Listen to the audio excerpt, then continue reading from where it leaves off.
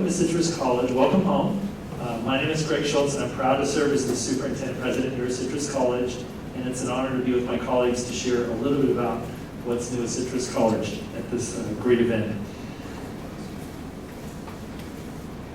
I think one of these pictures shown is from the Glendora Christmas Parade, with our friend Santa Claus and our favorite mascot, Good the Owl, and Dr. Rasmussen. And what I'd like to say about Dr. Rasmussen is thank you. I want to recognize her for her leadership, for many years of service on our Board of Trustees, a board president multiple times, and she was the first phone call I got when I came to Citrus College. She was first elected in 2007 and has been a champion both for the Glendora community and Citrus College. Thank you for your leadership and your ongoing support of our students and our programs in this community. We appreciate it very much. I'm grateful for the Board of Trustees, and I want to say thank you briefly to, there's a number of my teammates, fellow leaders at Citrus College who are here tonight, members of the cabinet, our deans, and other campus leaders, and so would you please stand briefly and say hi so we can say thank you.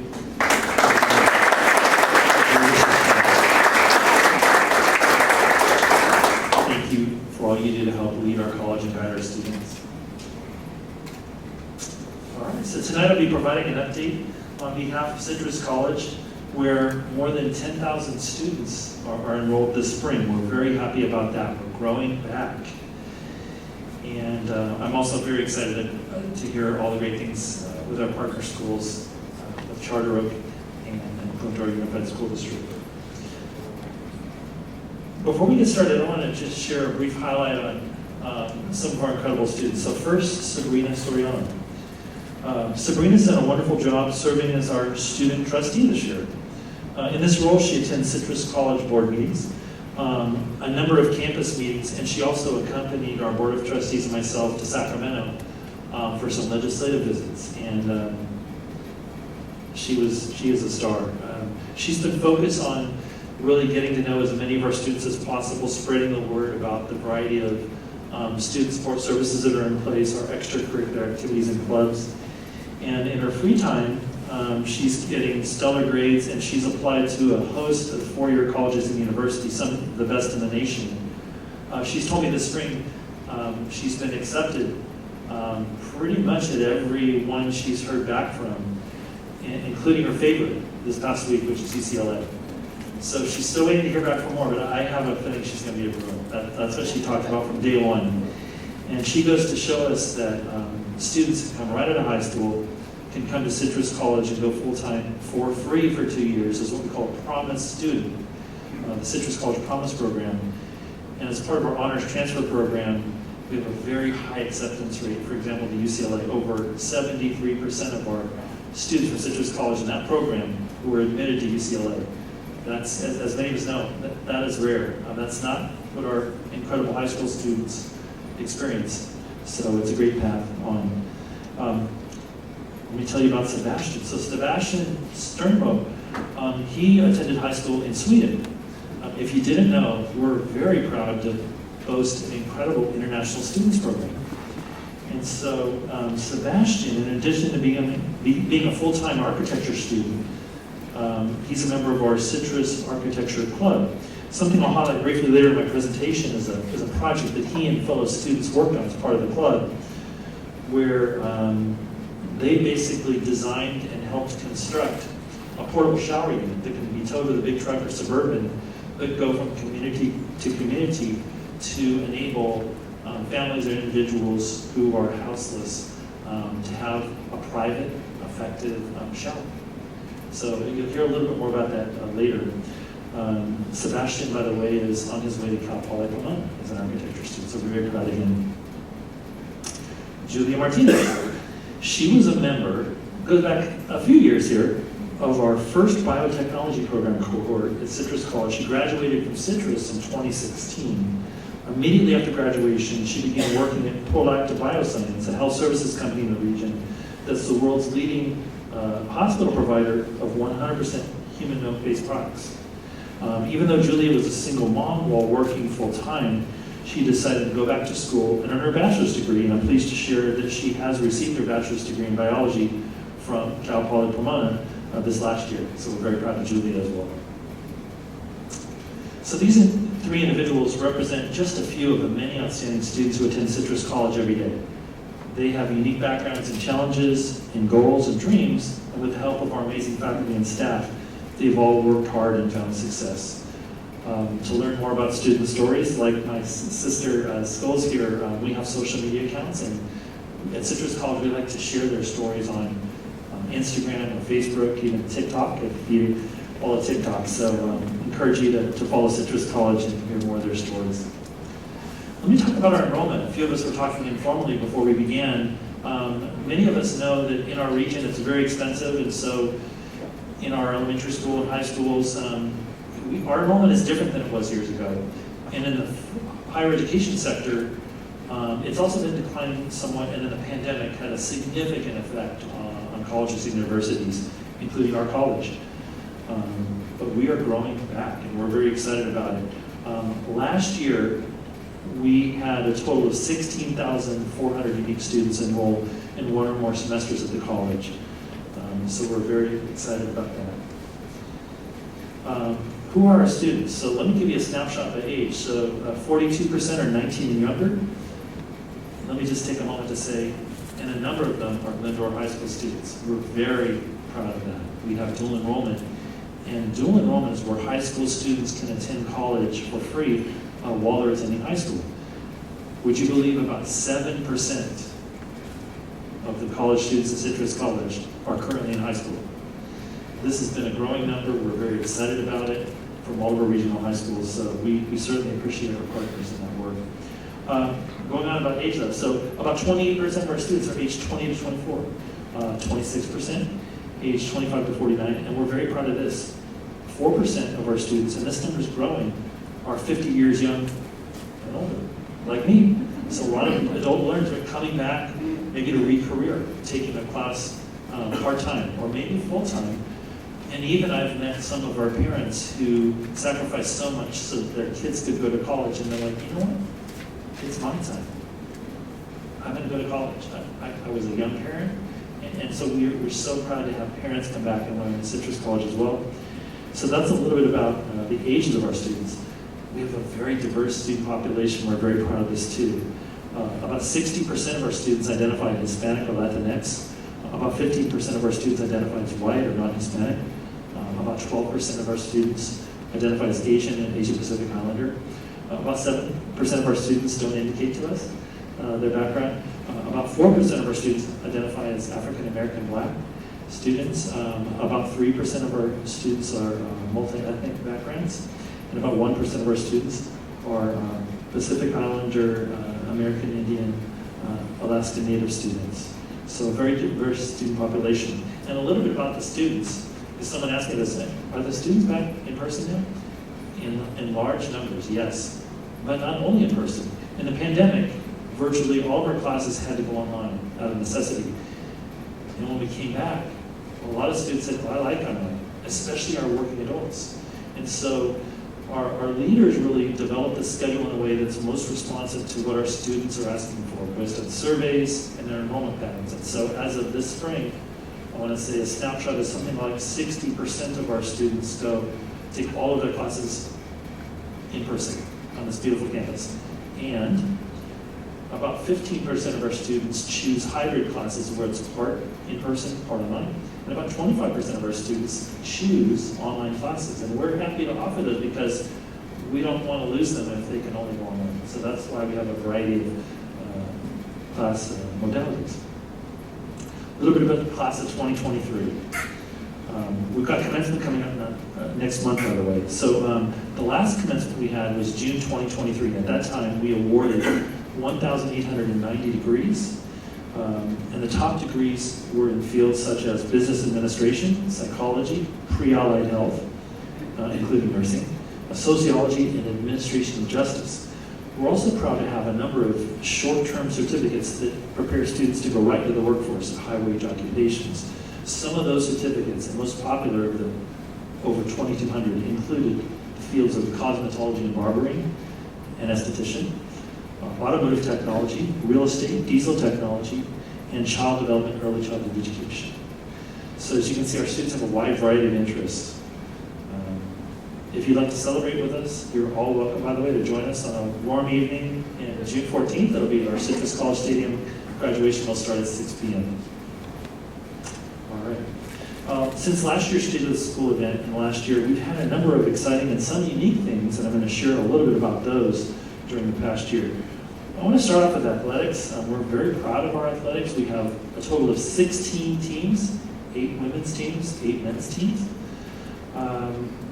And so I want to shine a little bit of light on some of their success.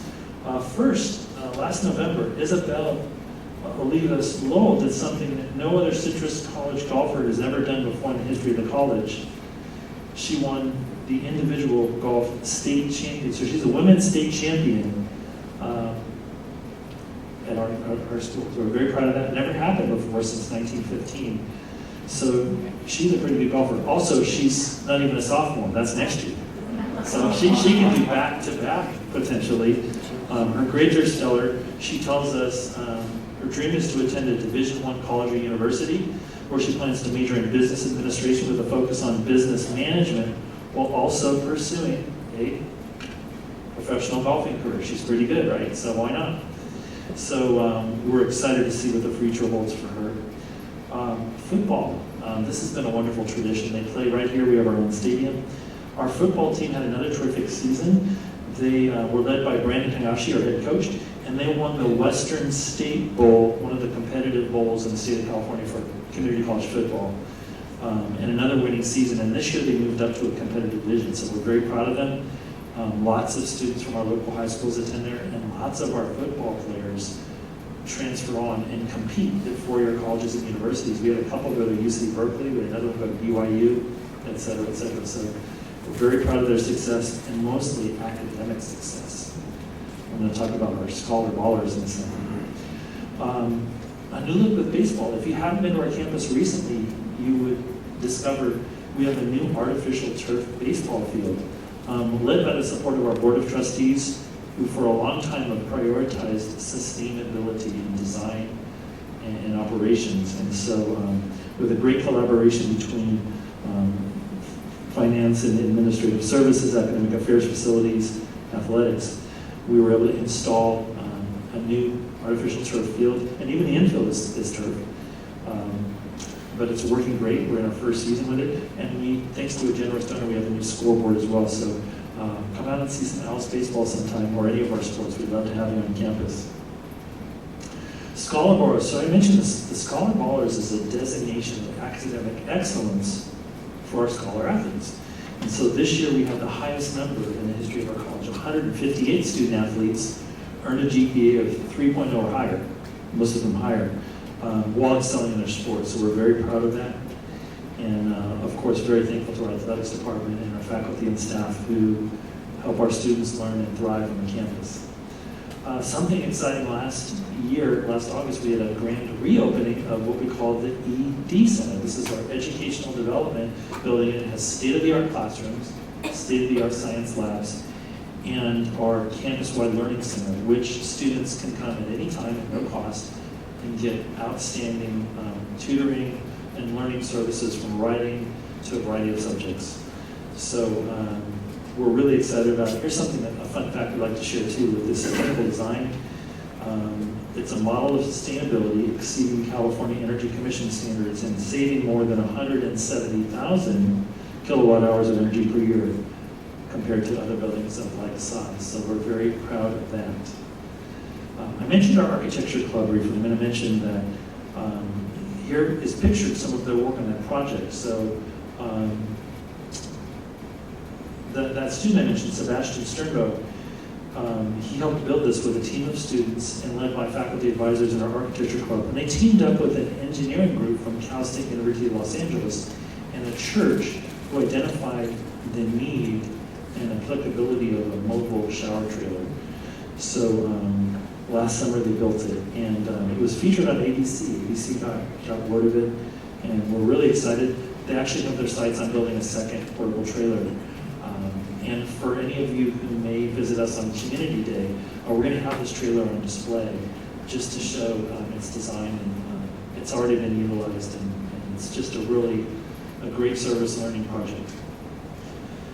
Something else you may have heard about, we hope you did, was we do have an art gallery on campus. We're very proud of our visual and performing arts.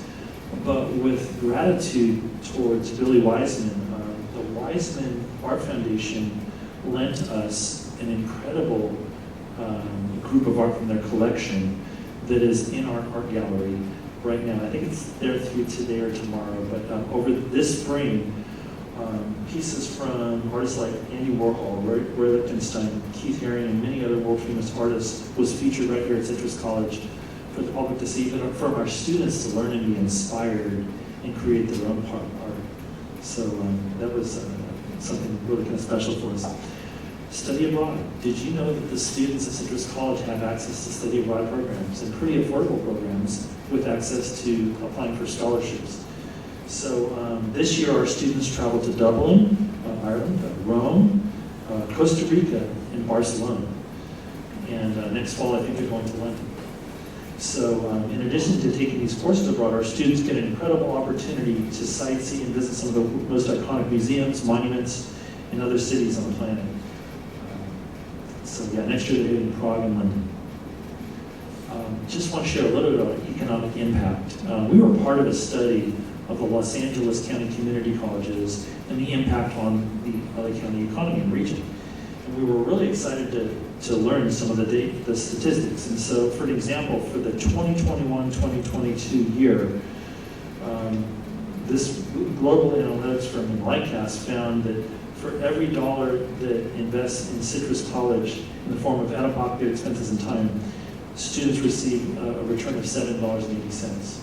So good return on investment. They also measured that from our current student and employee spending, but also the power of alumni and graduate spending in the region, the economic impact totaled $947 million. So, and I realize we've been around since 1915, we're very proud of that, but like our local schools, we not only educate, but we have tremendous economic impact with the construction we do, the jobs we create, and the spending that's reinvested in the economy, so we're very proud of it. We had a visit to the college from our state chancellor, Dr. Sonia Christian, and she has led in our system and introduced what's called Vision 2030, so we learned a little bit about that. She was a former math professor at Citrus College in her early days. We're very proud of that. But during her visit, we featured a panel of students and also faculty who talked from a workforce development perspective. We often talk about transfer, I mentioned UCLA, but something we're really proud of is our role in workforce development, training students or retraining students for the jobs of today or jobs of tomorrow. All right, Cootie's Closet. This is a unique idea we're very proud of. It's a collaboration between our CTE programs and our great Student Life and Leadership and Student Services Division, where we receive from faculty and staff and friends of the college a lightly worn professional attire. Ties, dresses, blouses, suits, shoes, and our incredible students have access to this incredible wardrobe for mock interviews, or real interviews, or their first job, or their most recent promotion. So it's a great opportunity. We have a lot of resources like that, and I wanted to highlight that. It's something we're very proud of. Something as part of the Hootie's Closet Day too, they also were able to get a portrait-style photo, which they could create in LinkedIn, or use some digital business cards, learn how to do that, and other things. We're really proud of work we're doing in the college we're becoming, including diversity, equity, inclusion, and accessibility plus efforts, and it's a college-wide effort. We also have an incredible leader who's with us tonight, Dr. Todd Thomas, and Dr. Thomas leads as our director. While she's an army of one, she works with an army of dozens and hundreds at this college. So,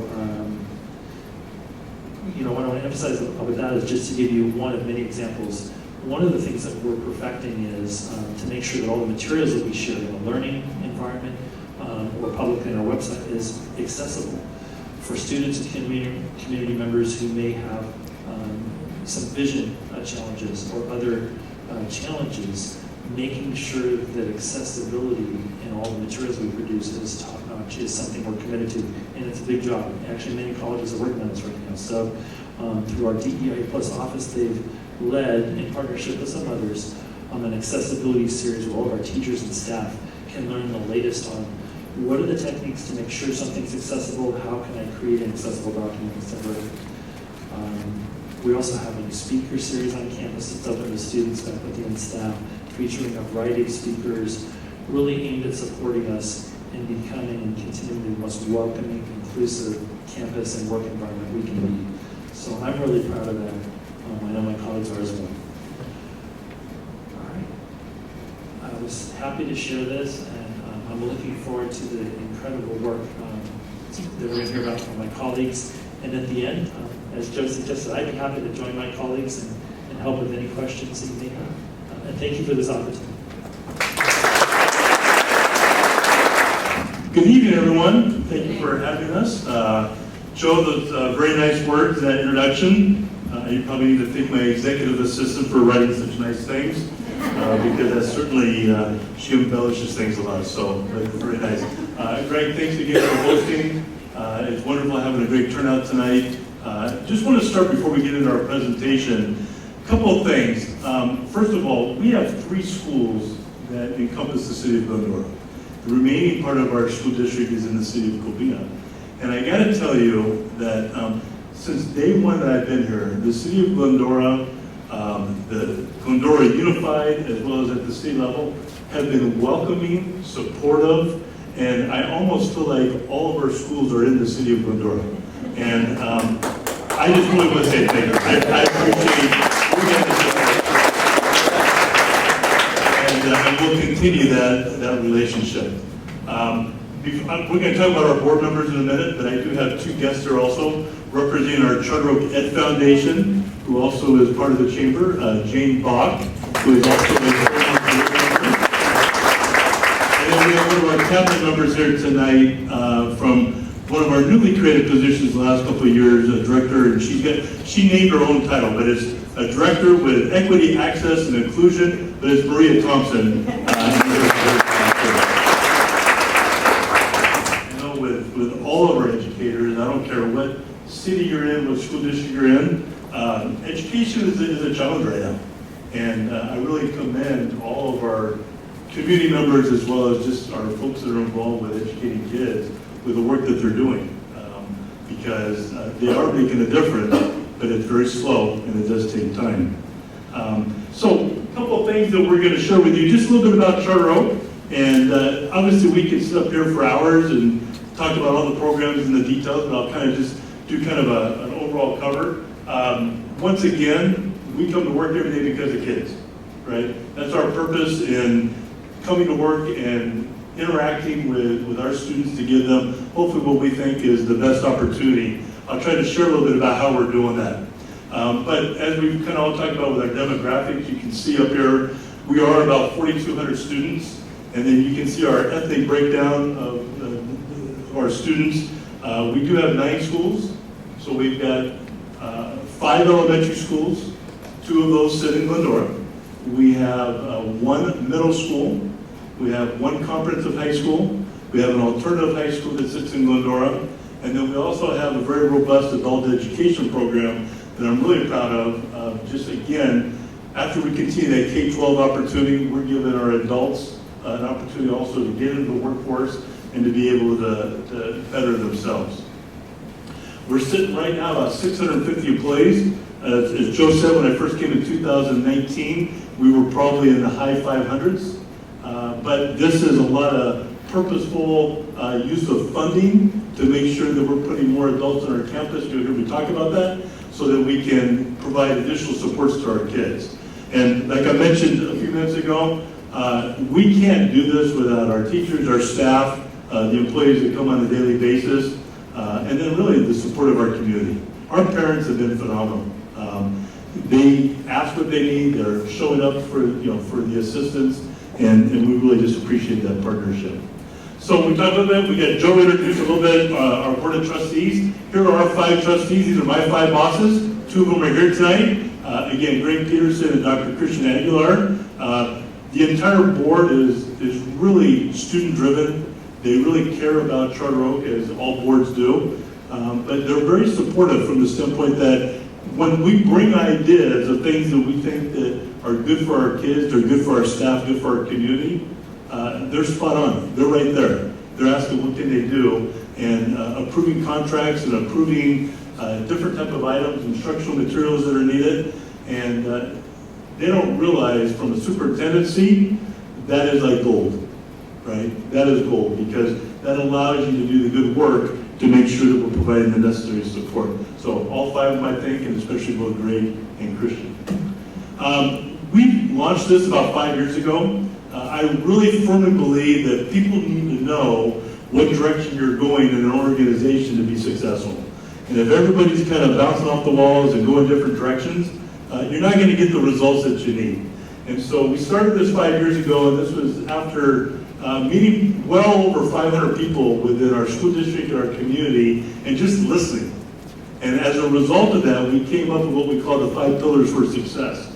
And what I'll do tonight is just do a quick update on where we're at on those 5. And these are really 5 critical areas for us to be able to move forward. So I'm going to start with the first one, in college and career readiness. Real proud of our staff right now. Coming out of the pandemic, we've talked about the social emotional support, we've talked about the mental health, we've talked about how do we improve test scores, how do we improve student outcomes and performance.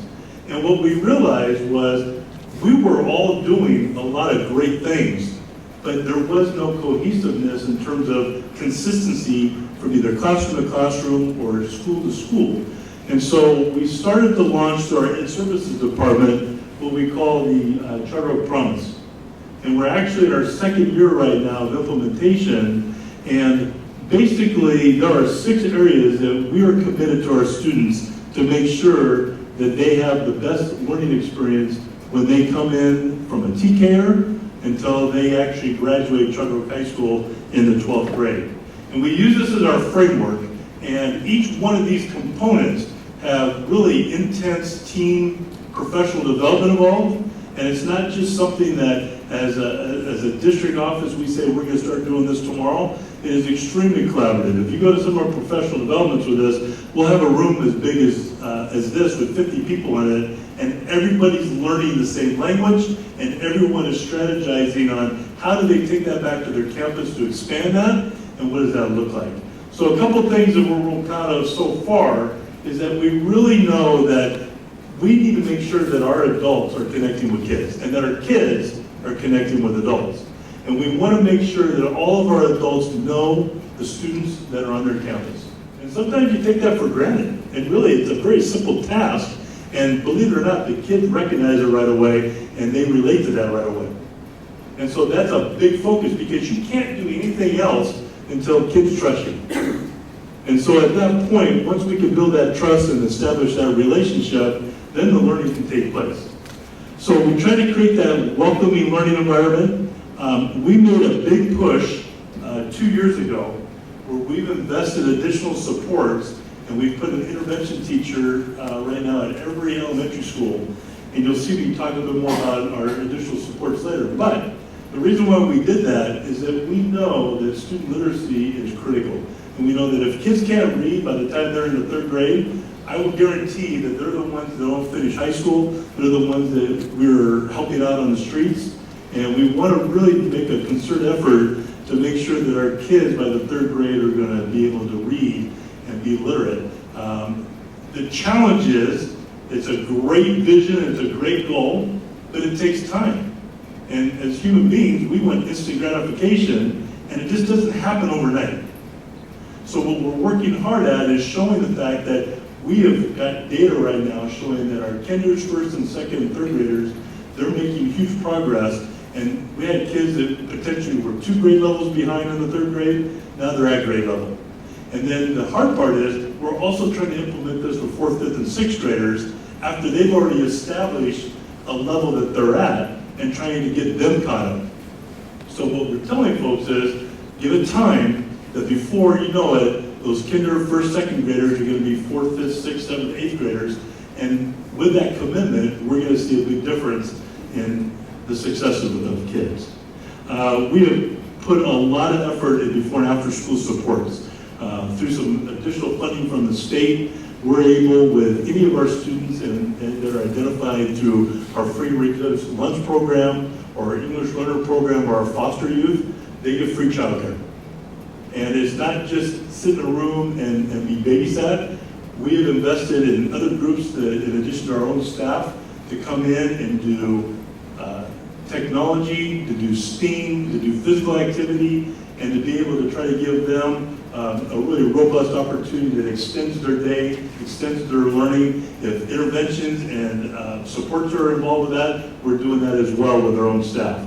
And then, as always, we want to also make sure that we're also challenging our other students who need that rigor. And we're real proud of our IED program, our AP program at the high school, and then our CTE pathways, again, ties back in to what we're talking about. Are we giving skill sets to kids so that they're employable or they have the right skills when they go on to college? So we spend obviously a lot of our time in this pillar because this is the day-to-day work that truly impacts kids. The other four are the culture piece and the environment piece that supports this. In addition to the classroom, just a few pictures. You know, we're real proud of our visual performing arts program. We're real proud of our drama program. They just finished last week a rendition of Mean Girls, which you thought you were at the Pantages. It's just absolutely incredible how talented our students are and the performance. And one of the things that we do in our drama program is we run 2 casts. And people will say that they'll see, like, I'll call it the A and B. They have better names than that. But people will say, oh, I saw the A cast. And then some people go and see the B cast, and they're like, you can't tell the difference. It's not like the first team and the second team or the varsity and the JV. These are both varsity level performers who are just phenomenal. And so they're award winning. This last year, they got a chance to actually perform in Scotland. And they performed in a small theater over there and got reviews that they thought that these were professional groups. They didn't even realize that they were high school kids. Dom, I got to take a jab. That picture at the bottom left is we had a really successful football season that we were able to get to the final fracture in CIF. Even though we were a runner-up, we did get to participate in the CIF luncheon that day. And I'm not sure if I saw you plaid there that day, but you know, maybe next year. Okay. I don't get that dig in very often, so I got to get that one in tonight. And you can see in the other photo, that was our middle school program that ended up doing the Adams Family this year. And again, 7th and 8th graders, pretty phenomenal in terms of what they do.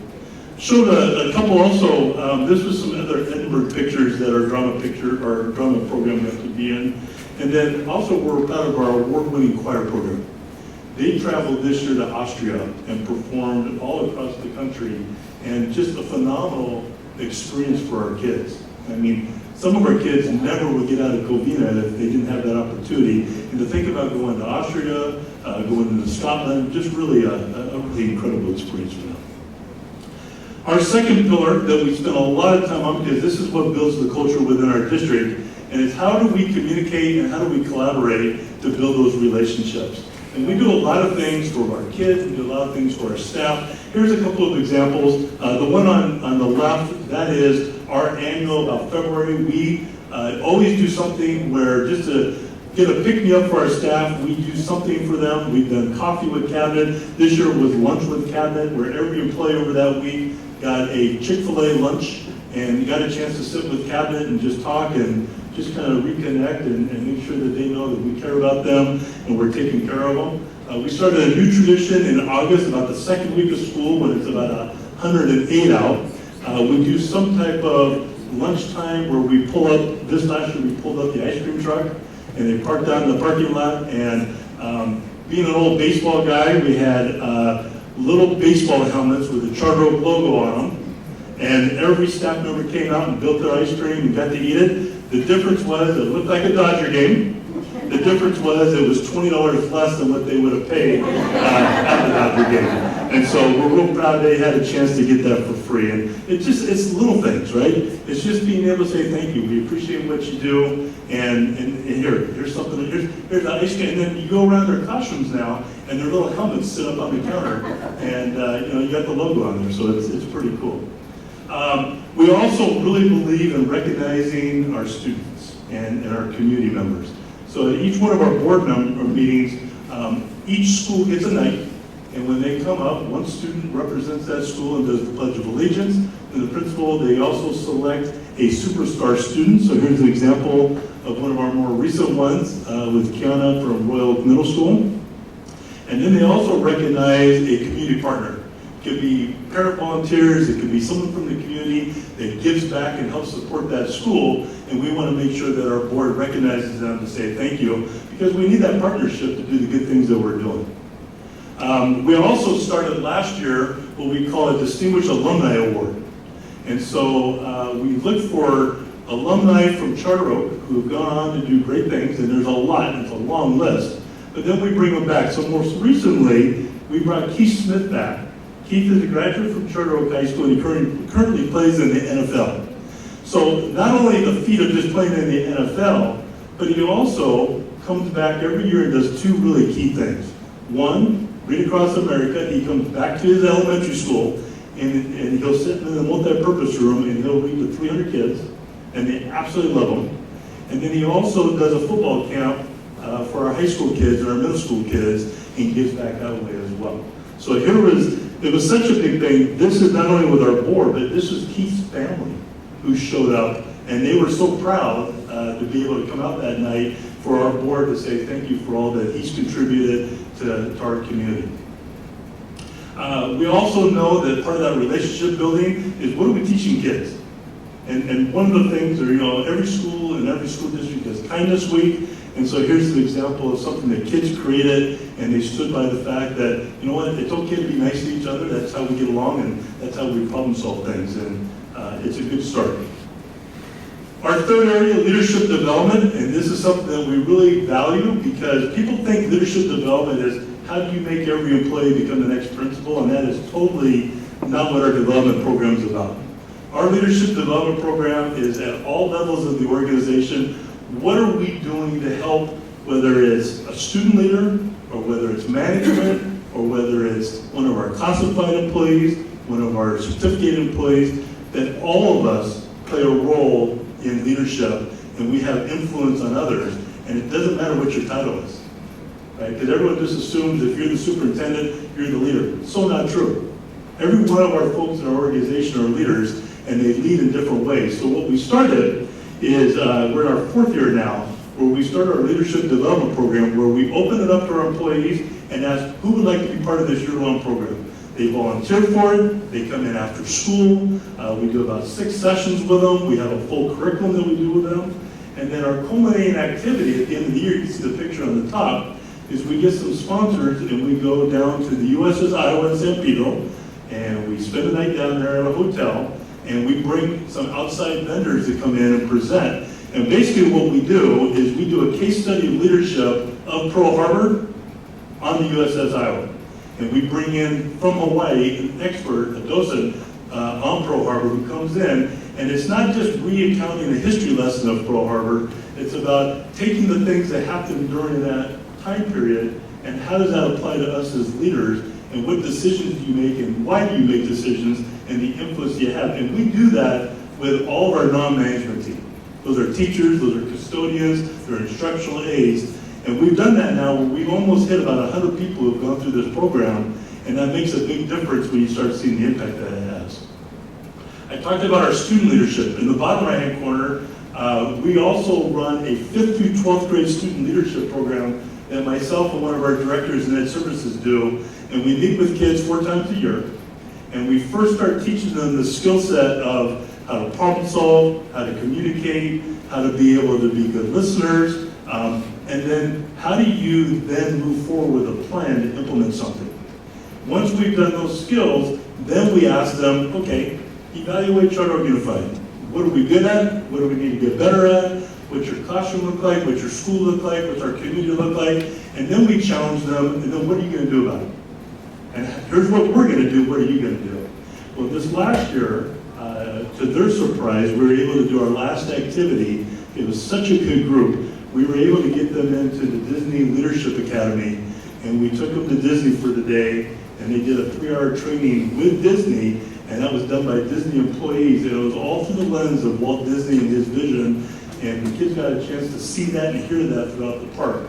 And what was really interesting, the 25 kids we took down there, 3 of them, and one of them was a high school student, never has been to Disneyland before. And so again, just that experience of eyes open, and here's a 17-year-old doing that, was pretty astounding. We also do training with our management, and we do a variety of things throughout the whole year. One of the things we were real pleased to do this past year is we were able to take all of our principals, we took our board members, and we took our union leadership from both the teachers and classified side, and we did some training with them, and then we went back east to Washington, D.C. and to Carlisle, Pennsylvania, and we did 2 full days of leadership development on the Gettysburg battlefield. And again, I talked a little bit about the Pearl Harbor. This time what we did with this group is we used the case study of the Battle of Gettysburg, how that applies into leadership, and over that 3-day period of that battle, what that looked like, and then we were able to make those connections to what we do on a daily basis right now. And so here's a picture. We were standing in front of the California monument on our last day, and that was the team that we were able to take back there. So those are some of the things that we do in our leadership development throughout the year. I always kind of take on the role of the leadership development area. All of our other directors have one of those pillars that they oversee, which then takes us into our 4th one. And Maria oversees one of these pillars, and this is what are we doing to make sure that we're providing a safe environment and we're providing wellness to not only our employees but also to our students. And so a couple of things I'll just quickly review. I've shared this in the past and we've added to it, is that we've worked really hard to make sure that our campuses remain safe and that we're doing the right thing to stay with 21st technology to make sure that happens. So that's the installation of cameras, it's the installation of visitor management systems, and we've got the fencing. I know when the fencing first went up, how could you? That's horrible, that's never had that. But really, it's just to make sure that people, when they come in, it's guiding them to the right location, because families and people were showing up and walking right into a classroom. You know, you watch a lot of news, I watch a lot of that same news, and I'm concerned about who comes on our campus and just making sure that we want to welcome you, but we want to bring you in and have you check in and just make sure that we know that you're there. So we've continued now a couple years of doing that. Our board, as I mentioned earlier, is phenomenal in terms of being visionary and want to provide that support. So this past year, they just approved 2 huge technology packets. One, you can see on the left-hand side, we've just finished installing access controls through our entire district. So it's like now when you go to the Marriott, you got to have a card to get into a classroom. We can control who goes in, who doesn't go in, what time you went in, and so on and so forth. So we are rolling that out right now. The installation's done. Now the key cards need to come out. And again, the key for doing that was every time someone lost a key, it costs thousands of dollars to replace the key. But the other thing that we have the ability to do now through an app, in the event that we've got to lock the campus down, one button on an app and every door automatically locks, and it doesn't matter what's happening in that classroom or who can or cannot get to the door. The second thing that I'm real proud of that is really important that we're headed towards right now is the board just approved about a $3.5 million contract for phase 1 of upgrading and improving our infrastructure for technology. Our fiber, our copper wiring, our switches, that stuff is archaic right away. And so we right now, it's about 15 years old. So we're going to do phase 1, which will cover our high school, our middle school, and we started the district office at the hubs there, and if we don't change that out, no matter what we push out, won't make a difference. And so that's phase 1, and that will not only include the wiring, but it also puts an access point, a wireless access point in every classroom, because now 2 classrooms share an access point, which causes huge issues when you've got Chromebooks in every student's hands, and the cloud or the network won't allow us to expand. So we will, if we wanted to, when this whole thing's done, we can be 10 times faster than we are today by just making a phone call now to Frontier and saying, send us more juice, and it's on its way. So that's a phase-in program. We'll finish our elementary schools in phase 2. So we're looking at some other funding sources right now that will help that. But we are so technology-driven, it makes no sense to put all these things in our classroom and then you get the phone call. technology does not work. Well, the technology is really good. It's the infrastructure that's not working. We have grown so fast that I use this example. We're trying to push data through a garden hose, and we need a fire hose. So we're putting the fire hose in so that over the next 10 to 15 years, we have the ability to keep adding more hardware and be able to meet that need. We talked also about the wellness piece, and I just want to emphasize this because we're really proud of this, and we have found ways to make sure that hopefully we can sustain this. But we talked about intervention teachers to catch kids early on that need our help. We've got about an additional 25 aides in our elementary schools above and beyond any type of special education aid, where they're specifically in Gen Ed classrooms to help with small group instruction and to assist our teachers. We now have a counselor at every elementary school. We have 2 full-time at our middle school. We have 4 full-time at our comprehensive high school, plus a career tech counselor at the high school, and 1 full-time counselor at our continuation school. When I first came 5 years ago, I think we had a total of 4.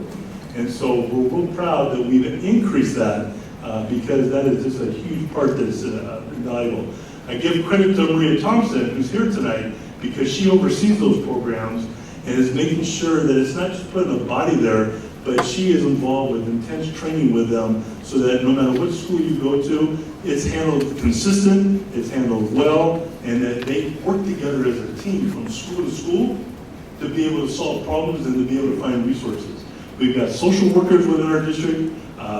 Maria just went out and got a $10 million community schools grant that's allowing us to put more adults on our campus and to be able to be a liaison between our schools and our community to provide those type of supports. Family Resource Center, I talked about this last year when we launched it. I'm going to just emphasize one more time, this was Maria's vision. She and her team are phenomenal with this. We put it in place for this simple reason. We have families and students in our community that need assistance that they can't always find. And one thing they always know where to go is to their school. And so our resource center is an area for training, education, resources. We have food there. We have washers and dryers. We have clothing. And so kind of some of the pictures you saw from Greg, we've got that for the families need it, that they come to us and we're able to provide the things that they need. If they need vouchers to sleep in a hotel, we have resources for that. If they need to get hooked up with social services for different supports, we have resources for that. And Maria, a little bit, how many families would you say we're servicing right now? We average about 430 a year. Yeah, so about over 400 families a year, we're providing some type of support and assistance. And we're doing that, A, because it's the right thing to do, but B, if you're giving us the task to improve student learning outcomes, and kids are sitting in class hungry, or they had a night maybe where they slept in the car, or they don't have clothing, I don't care how good our folks are, learning's not going to take place because they've got other barriers that they're going to have to address. That takes us into our 5th pillar, and I'll wrap this up. We can't do any of this unless we're able to structure our budget to be fiscally responsible and to make sure that we're providing the right facilities for our folks that are involved. So we continue providing a positive budget. Like Dom and like Greg, I hope that we can continue to do that forever. The challenges right now is the state last year had huge $1 billion surpluses, and this year they have $1 billion deficits. And when the state has good money, we do well. And when they don't have any money, they're trying to keep it away from us, but sometimes it's a smoke and mirror game that we do our best we can to still provide these type of supports. We still, right now, you guys watch TV again, the labor market, everybody is asking for more, and I think that people should give more, but you only have so much to give, and labor groups will ask for that, and we try to do as well as we can. We, I think, have been very competitive the last 4 years in trying to help improve compensation for our employees, but also we've got to work with them also on the education of budgets and how those work, so that we also keep that in perspective that we can't do that all the time if those resources aren't there. We do provide breakfast and lunch for all of our students for free. And then again, we are working really hard. If you drive through our community, you'll see just little changes, whether it's at school sites, just trying to do good things to give our kids a nice day at school. Most recent, our latest target is replacing all the playground equipment at our elementary schools right now. And I gotta tell you, you think a swing and a slide is cheap? It isn't, and there's a lot of hoops you gotta jump through. And so when you start doing that by 5, 6 schools, that starts to add up really quickly. But there are things that we need to make sure that we're doing in addition to all the other work that we do. So that wraps me up. I apologize for rambling, but again, Joe, thank you, and we'll answer questions at the end. Thank you, Joe. It is my pleasure to be here. Thank you, Dr. Schulz and Citrus College for hosting once again, and Dr. Jordan, great job. We'll have some things to say during the presentation. The first slide and picture of those kids and the joy there is what it is about, as Dr. Jordan said. It's about the kids and students and their love for learning. We have our lead learners that direct us on the right path. Several of them are here tonight. You've met them earlier, but Mr. Gary Clifford, our president, Mrs. Monica Garcia, our vice president, are both here. Mr. Lopez did not attend. He has some high school functions tonight. Mrs. Merkley is out of town, and Mrs. Ruger is here. Thank you all, and thank you for your guidance and your leadership. We're in good hands. We have students that lead, such as our 2 student board representatives. So you see a picture of Aiden and Gwen and fun people, great leaders. They're going to do amazing things. You see a couple of pictures of us with our red shirts on. That was at the first day of school at Glendora High School, where the theme was Get on Board Glendora High School. And for the first day of school, there were no backpacks, there were no books, there were no notes taken. It was about creating trust and relationships to have a great year. And you see a picture of the board members, and we had the lovely task of serving Donut Man Donut Hole. So our station was popular, for sure. Our focus areas at Glendora High School are very similar to Dr. Jordan's pillars at Charter Oak. Focuses on student achievement, first and foremost and always. A safe, healthy 21st century learning environment, because if you don't have that, you don't have the others that are listed here.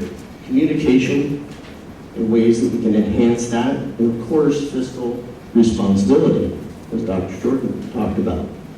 When we talk about student achievement, we look at a balance. We look at a balance of traditional programs. This is not an exhaustive list for Glendora Unified, but things we're proud of that have stood the test of time.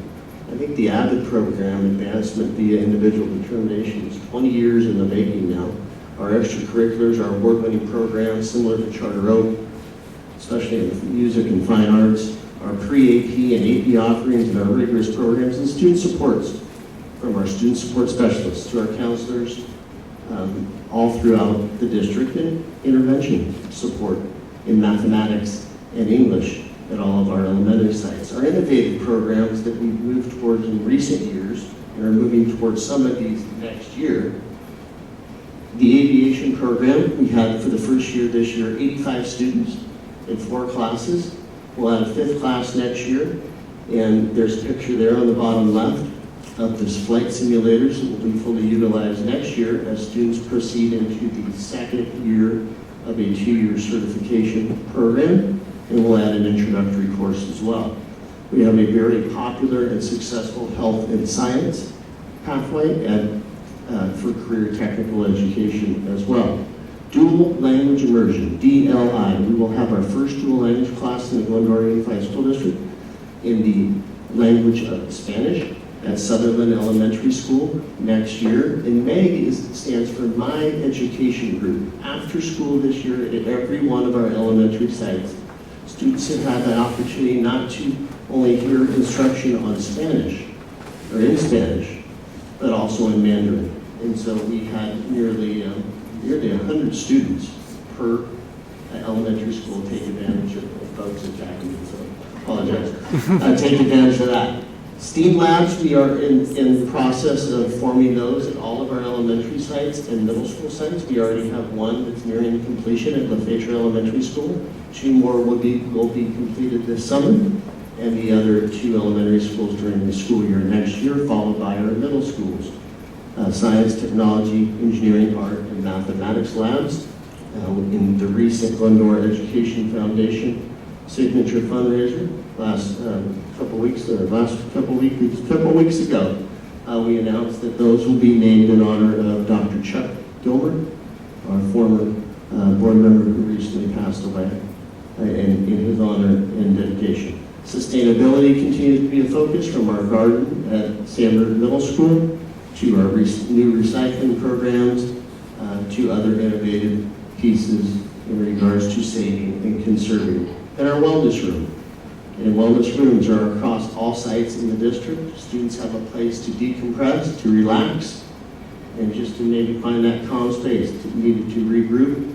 I know the numbers up to this point this year, there have been over 19,000 visits to our wellness rooms across the district at all levels. Just a little update on our second goal, safe, healthy 21st century learning environments. And you see the logo there for Glendora Gives. Shout out to Miss Josie Wilson and for her great work there. Glendora Gives is located at the Williams Educational Center. It is very similar to the Family Resource Center that Dr. Jordan described. And some wonderful partnerships have been formed, wonderful resources for our students and their families. Recently, in partnership with Citrus College, students that were attending prom at Wickham High School and most recently Glendora High School just this past Saturday had an opportunity, young ladies had an opportunity to do their hair, have their hair and makeup done for free in connection with the cosmetology department here at Citrus College. So that was a wonderful collaboration and very much appreciated. And parents can utilize this facility for a number of things, just as in Charter Oak. We are upgrading our communication systems across the district, our phone systems, our PA systems, and enhancing cellular and Wi-Fi service in some key areas, which I'll talk about in a little bit. We are working to secure fencing up in the front of our middle schools, and you'll see some work done there. And at Williams, we will work to restructure some fencing at Williams and to ensure appropriate access for the community and our youth for both sports leagues before and after school. So we're going to work on that as well. Our nutrition program enhancements have been wonderful to see, and the focus being on nutritional aspects and choice for students. Recently at Glendora High School, and just to put this in perspective, about half of 50% or so of high school students don't ordinarily eat breakfast before they come to school. But on one day a few weeks ago, it was announced that we would have breakfast burritos served. And over 200 got in line to receive that breakfast burrito, and those sold out, and then another 400 showed up for breakfast at nutrition. So I think if you build it, they will come, is a great phrase to remember there. On our third goal, communication, this happens to be a picture of one of our student advisory committee meetings during the year. And at this meeting, we introduced the new bistro boxes related to the nutrition services department. You can see what fun they're having, the smiles are on their faces. Our new director is there, Ms. Meza, and she introduced them. We were getting feedback as to what items they should put in the box. That hands were all up for hummus and pita, by the way. My hand went down on the hard-boiled eggs pretty quick, but hummus and pita, I'm in. So, a couple other communication pieces. We also have the parent advisory committee groups meet. We're meeting one more time this year, so four meetings throughout the year for that group as well. In the upper right picture, that's a picture of our quarterly newsletter, and I want to thank Joe and the Glendora Chamber for sending that out electronically to over 10,000 email addresses in the community, so that everyone in the Glendora community can be apprised of things that we're working on and tasks that we're taking. Let's talk is a new communication program. It allows folks to get in touch with us directly and have a direct connect as to the subject area that they are emailing us about. It will be funneled directly to the person that handles that item. So instead of calling one location, being bumped to another location, and perhaps finally on your third spot, you get to where you're going to go. This avoids that, especially with the topics or subject areas that we deal with at the district office. Fiscal responsibility, certainly this is very, very important, as 80% of the school districts in the state of California are experiencing a decline in enrollment. Glendora Unified is not immune to that, certainly. So with the double whammy of the loss or the reduction or the expiration of monies from the state for COVID funds, ESSER funds, coupled with decline in enrollment, that's a significant hit to the budget of school districts. We have, as we decline in enrollment, attrition to our staff, both certificated and classified staff, that is in effect. We are applying for, as Charter Oak mentioned as well, grants to assist and support us in a number of areas. We've been successful in recent years for some of those, and we continue to advocate for them. We appreciate the legislators' connection and their support to enhance our district for such grants, especially in the area of air conditioning, as we continue to have struggles in that area with both of our middle schools. And we just recently had a special session with the board, as recently as yesterday, about our facilities and our enrollment, and looking at all of these pieces and what we will do as far as next steps. Here is our enrollment. And of course, fiscal folks know that parentheses usually aren't a good sign. Those are negatives.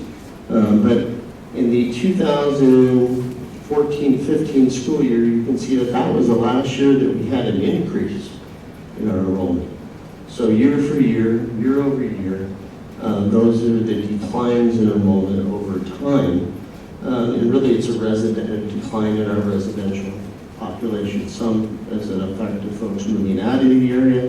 But for the most part, we still have nearly 80% of the homes in Glendora do not have a school-aged child in them, 80%.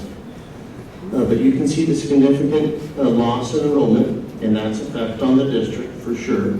And so we anticipate that will continue. We're hoping after the 26, 27, or maybe 27, 28 school year that it will begin to flatten out. But we are looking and preparing for what we will look at like with that number of students. We can't do anything without the partnerships and the amazing ones that we have. From Citrus College, there they are down on the lower right, with your mascot, to our PTA across all sites, to the Rotary Choral and the support of Rotary for the Choral Festival that we've had for many, many years, to our Glendora Education Foundations, the picture on the lower left corner from their recent fundraiser, to all of the organizations that support our students through awards programs and other recognitions. Special attention to our partnership with the city of Glendora. We've been very much enhanced in the past 2 years. Our collaboration continues. We signed a joint use MOU agreement for the first time in 20 years. It was many years in the making, and joint use of facilities, both district and city. And it also details our use and their support of our school resource officers. And they have added an additional officer to that team, and we are very much appreciative of that. It also details our librarian services, and I see Mrs. Romero back there, as well as our crossing guard services. But we really appreciate the ongoing collaboration, support, and work with them as we work through our issues and concerns together and support our kids in our community. GUSD by the numbers. Our current enrollment, 6,335. 274 of our students at Glendora High School are multi-sport athletes. 100% of our current avid students, and I think this is a few years in the running, 100% of our current avid students, their seniors, were accepted to a four-year college or university. At least one, many of them several. 98% is our graduation rate, very high and consistent rate that is. There are 40 different languages spoken in the Glendora Unified School District. We have 2 this year, National Merit finalists. They were semi-finalists, of course, and then named finalists recently. And we had one for the first time ever in the district, I believe, a former graduate, was named a Rhodes Scholar. Her name is Jessica Cherboka. Here's some of our new faces to Glendora Unified. We caught some of them with their mascots, so that's always fun. Mrs. Katie Green, she's our LaFetre principal, and some of these folks were new this year or new last year, so we just wanted to introduce or reintroduce them to you. Wendy Farinato is our Cullen principal, and Julie Galindo on the far right is our Stanton principal. And then you see Mrs. Shonda Trent, Selledge principal, and Josie Wilson, who we introduced earlier. Mr. Zornico is not new, but we wanted to show that picture because that picture represents the championship belt from the Glendora Public Library Friends Foundation Trivia Challenge, which I didn't see a team from Charter Oak there. And I didn't see one from Cypress either. But we do challenge both groups to please submit a team next year. I think that would be a fun internal competition, and so we'll see you there. Some of the GHS refurbishment projects which you may be aware of or have heard about. The pool in that picture from earlier this year is from the Great GHS Cardboard Races. And if you haven't seen that, 2 years running now, it's going to be an annual. And it's fun to see how long these boats last. That one is doing pretty well. But some didn't last but 3 or 4 seconds before they went under. But it's a fun event. But and you see that picture of the pool, it looks beautiful, it looks workable. But it has structural issues. A pool, plaster and the foundation and the pavement around it is made to last 20 to 25 years before it needs to be refurbished. Well, even though it looks fairly decent and new on the outside, it's deteriorating on the inside and on the decking for sure. So we're in the process of getting our bids in order for that project and having all of that completed in as quickly a timeline as we can. Our track and field has some attention that it needs, and so we're going to refurbish that. We're looking at also refurbishing the bleachers, adding some foundation to the track itself so it can be usable. We added a long jump pit and run. There's some other pieces there that we are working on related to safety too, as is the baseball field.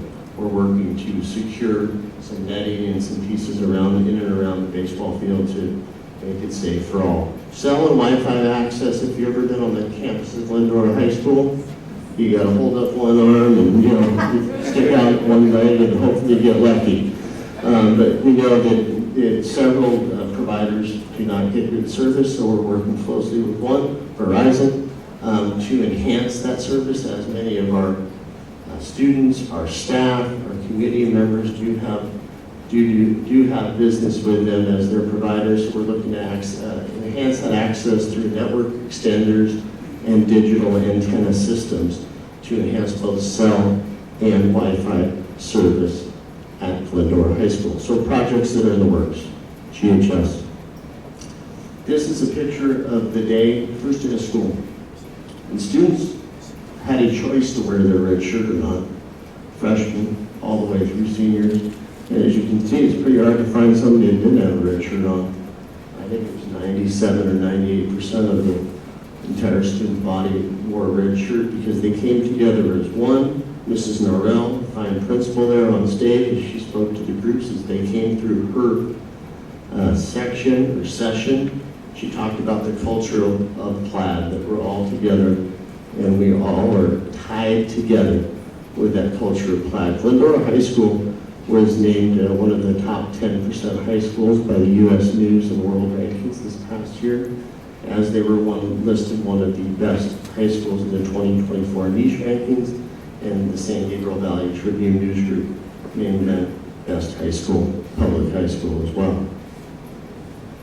Our athletic accomplishments this year: Palomar State champions for our boys cross country team, the girls volleyball and the girls basketball team very recently in the spring season, just a week ago.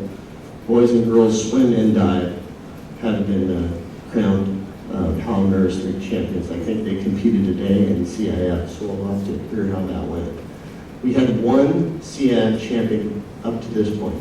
Spring sports are still going. That was Samantha Sachs, our wrestler. And she is, of course, pictured there in one of the posts. And she made it all the way to state final. She was CIF champion, league champion, CIF champion, masters champion, state finalist, final 2 wrestlers in the state of Bakersfield. She was outpointed there. She finished second. The other gal was a senior, so she's a junior. Maybe next year she has a good chance of going back.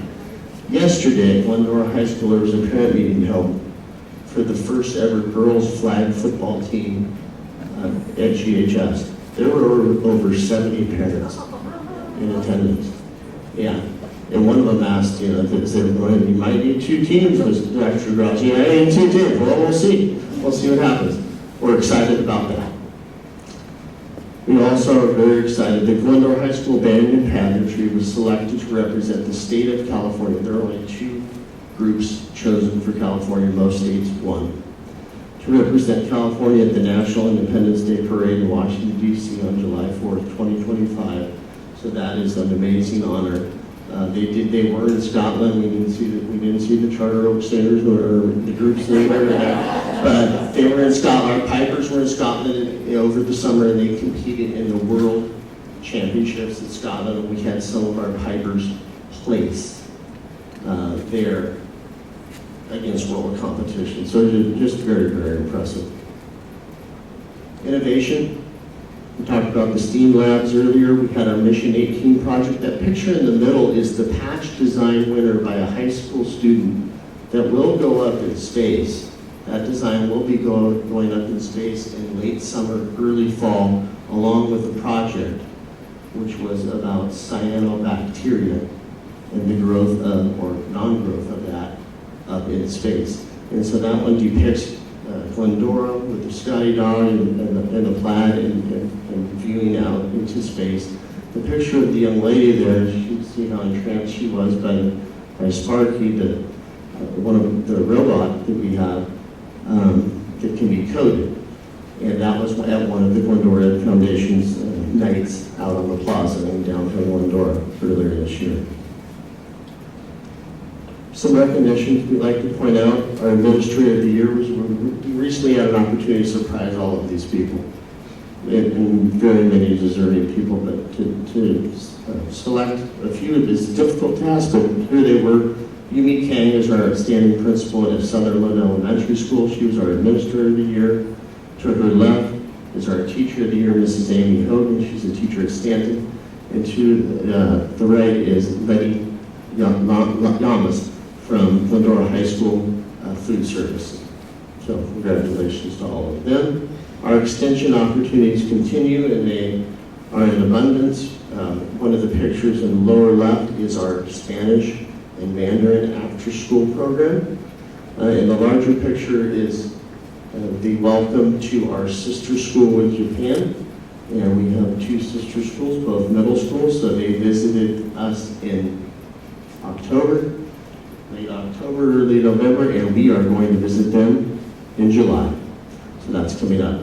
Sandburg was named a California Distinguished School. That is the first such honor for the Glendora Unified School District in 15 years to have a school named a California Distinguished School. This week, Friday, we will be going with the rest of the schools recognized to Disneyland Hotel to recognize them at the state event. And congratulations to the Spartans. And finally, we're very proud of this gentleman. I don't think this has happened in all my years in career, but there's a clause called military leave in our contract, and I don't think it had ever been enacted. And Dr. Osborne and myself reviewed that and took a look, and we have our Army reservist, who's one of our Wickham High School most highly valued teachers in English, Mr. Love, and so he was off to a deployment of 9 months. This was right after spring break, so before spring break, the students and staff wanted to do something special for him. So they threw him a party. He went full fatigues. And yet the principal is there to the left. Gwen Martinez, our student rep, is there to the right. And I couldn't think of anything better to do than to throw a baseball around before you move on to your deployment. Mr. Love is a gentleman that wears a suit and tie to work every day. And we're proud of him for his sacrifice and his service. We wish him safe travels. He's about a month in the 9 months. We hope to see him back with our students after the semester next year. So hopefully in January next year. That's Mr. Love. This highlights some of the programs we talked previously about, and we're proud of him, and we're proud to be GSD. And thank you.